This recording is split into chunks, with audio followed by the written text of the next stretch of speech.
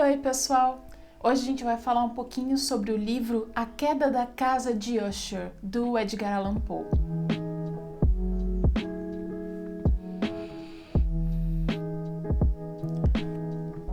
Este livro é um conto, como a maioria das obras, inclusive do Poe, porque ele nunca escreveu romances. Foi publicado lá pelo meio do século XIX e ele faz parte desse início que a gente tem do gótico. Por mais que a gente entenda que o gótico acontece muito mais na Europa, nessa primeira metade do século XIX, a figura do Poe é muito importante, tanto para consolidar e pensar o que é esse início, o que é esse embasamento do gótico, como também para a gente falar sobre algo fora da Europa. Esse conto é narrado em primeira pessoa e nós acompanhamos esse narrador, que nós não sabemos o nome, chegando até a casa dos Usher, que é essa grande mansão com esse aspecto vitoriano já bastante decadente, onde vai efetivamente acontecer a história. E isso é bastante importante. O nosso narrador foi convidado pelo Roderick Usher, o dono da casa, o atual dono da casa, a visitá-lo.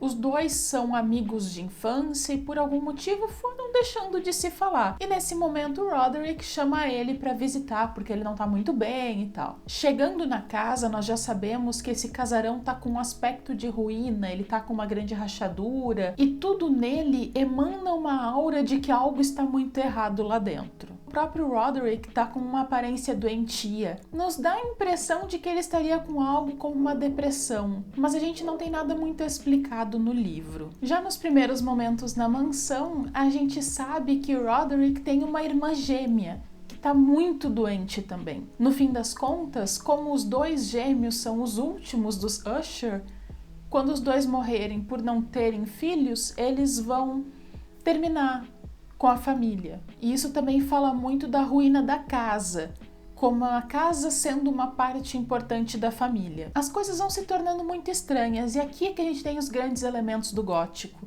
A gente tem esse grande casarão vitoriano, com rachaduras, em ruínas, com muitas escadas, muitos quartos, alguns lugares no subterrâneo que são estranhos, são de difícil acesso, muito escuros.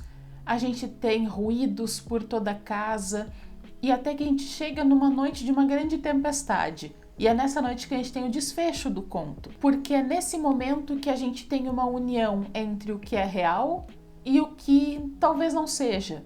Ou talvez tudo seja real, ou nada seja real. Esse é o grande questionamento de um bom conto do gótico, de te trazer algo que pode ser tudo sobrenatural, como pode ser só uma coincidência de estar dando uma chuvarada lá fora, enquanto ali dentro tu tá lendo uma história que fala de um momento de uma tempestade. Acontece que a cada momento da história em que algo acontece, também acontece um ruído estranho dentro da casa. E ali a gente fica sabendo do grande desfecho do livro, que na verdade a gente também não sabe se é tudo real ou não, se tá todo mundo vivo ou se tá todo mundo morto.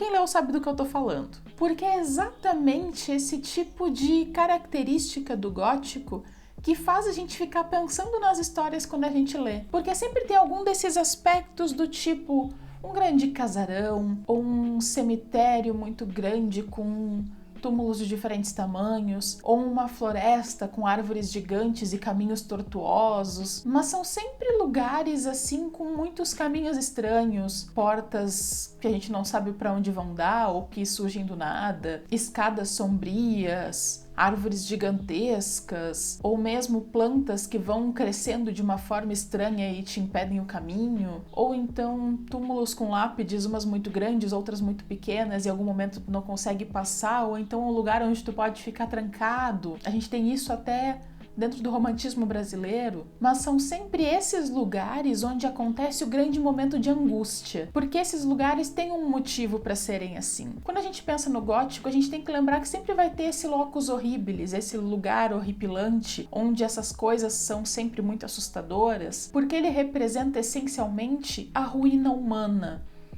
O que nos assusta no gótico é a ruína humana. E esses lugares sempre muito estranhos, eles querem representar um outro lugar, onde também a gente tem corredores inesperados, onde a gente vê coisas que às vezes a gente não entende, onde efetivamente acontecem as ruínas humanas. que é a nossa mente. Porque é dentro da nossa cabeça, em lugares que às vezes a gente não sabe como a gente chegou lá, que a gente imagina as coisas. E que as coisas acontecem muitas vezes antes ou sem nem precisar acontecer na realidade.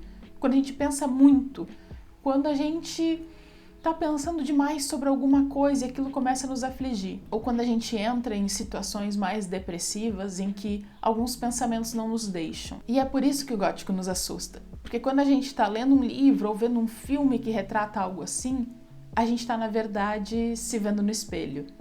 A gente tá vendo ali retratado tudo o que passa na nossa cabeça. E é isso que nos assusta. E esse conto, mesmo sendo tão curto, ele traz muitos questionamentos em relação à moral, em relação à ética, em relação à irmandade, em relação à humanidade mesmo. De pensar exatamente quais são os atos de cada um dos personagens. E se eles agem certo ou não, e até mesmo se eles estão vivos ou não. E aí a gente chega exatamente nesse momento, no desfecho do conto. Naquele momento em que o que é possível e o que é impossível se encontram.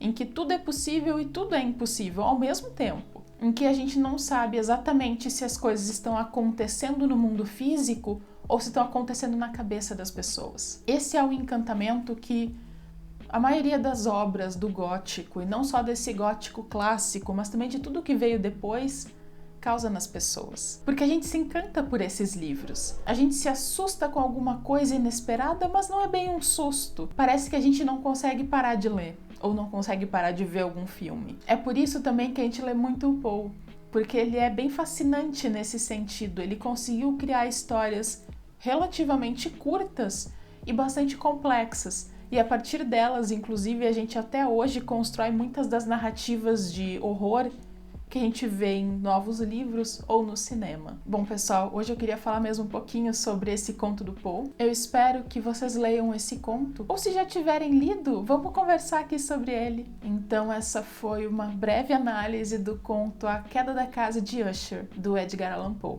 Até a próxima!